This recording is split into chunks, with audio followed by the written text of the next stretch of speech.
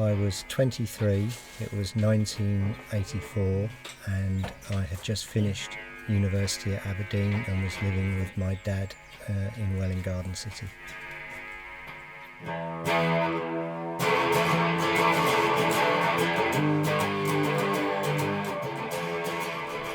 I was listening to a lot of post-punk stuff. I was listening to a lot of proto-synth stuff as well as anything weird, unusual, avant-garde. I had a guitar amp that I played guitar and bass through, and I had an SH-101 synth with the dramatics attached, and it was all recorded onto a reel-to-reel recorder, track on track, no going back and remixing, just one track on top of another track. Book of posters, that's 31st of July in Teplice, Czech Republic, going randomly through. This one is Rota Fabric, which is in Switzerland. That was in Maastricht in Holland.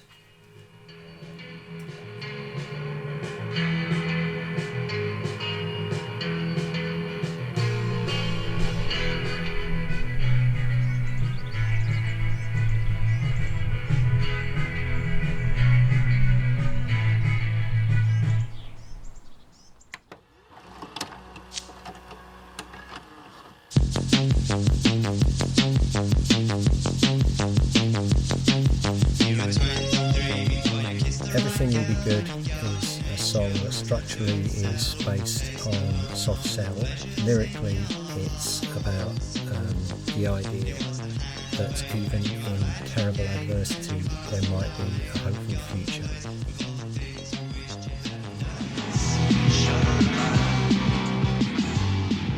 Only a Heaven, again reflective of a kind of dark time, I guess. It's a song about disappointment, and I thought, what's the ultimate disappointment? Well, surely going to heaven and finding that disappointing, hence Only a Heaven.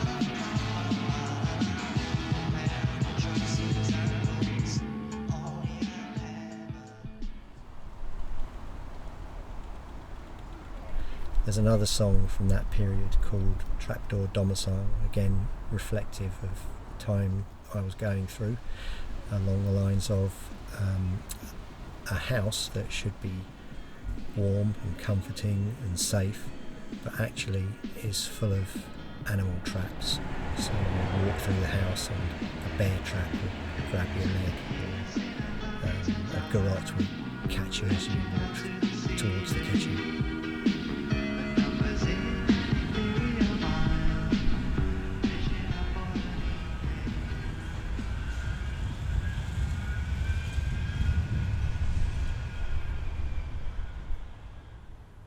In my family home, 127 Haldens. It's very small. You can touch the ceiling. I don't remember that when I was a kid. This was my bedroom.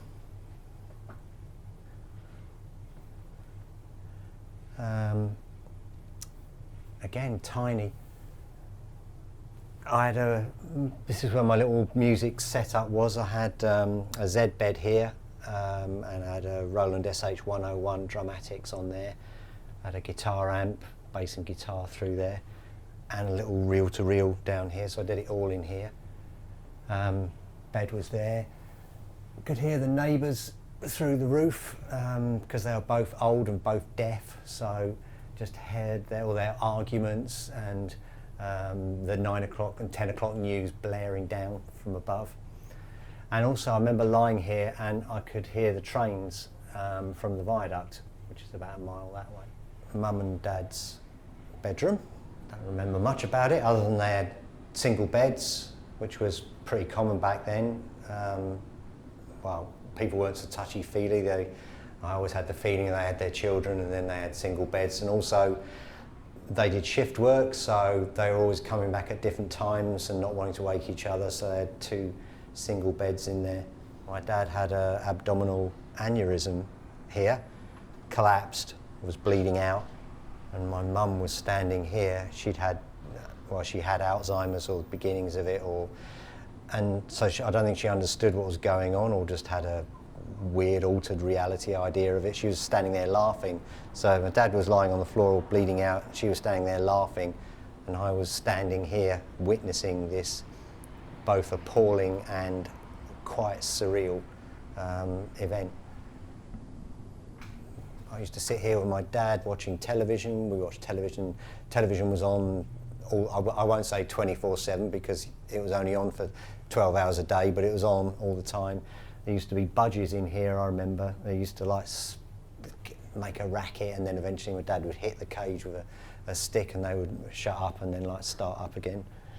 I used to sit here and eat my meals on a little stool because, again, because of all the shift work, we were never all together, and that was where we ate.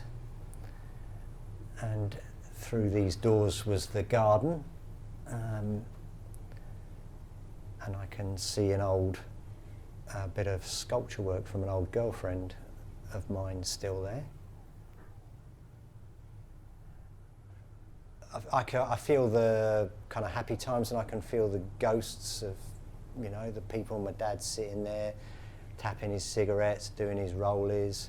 I can sense my mum kind of cooking, getting ready for work and whatever.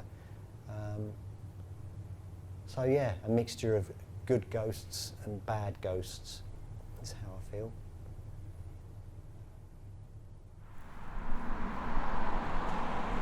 Walking down the hallway road with my head in my hands.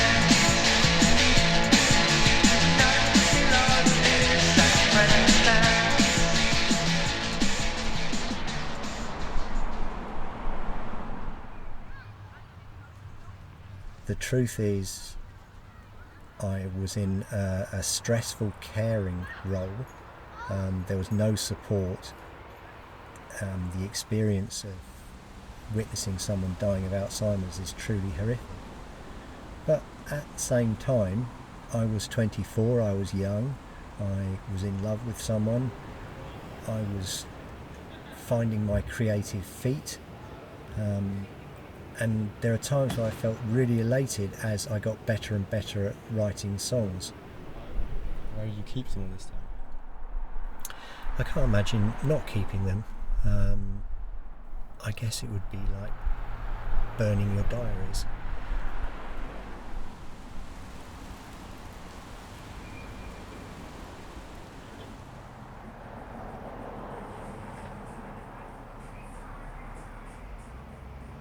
Smile?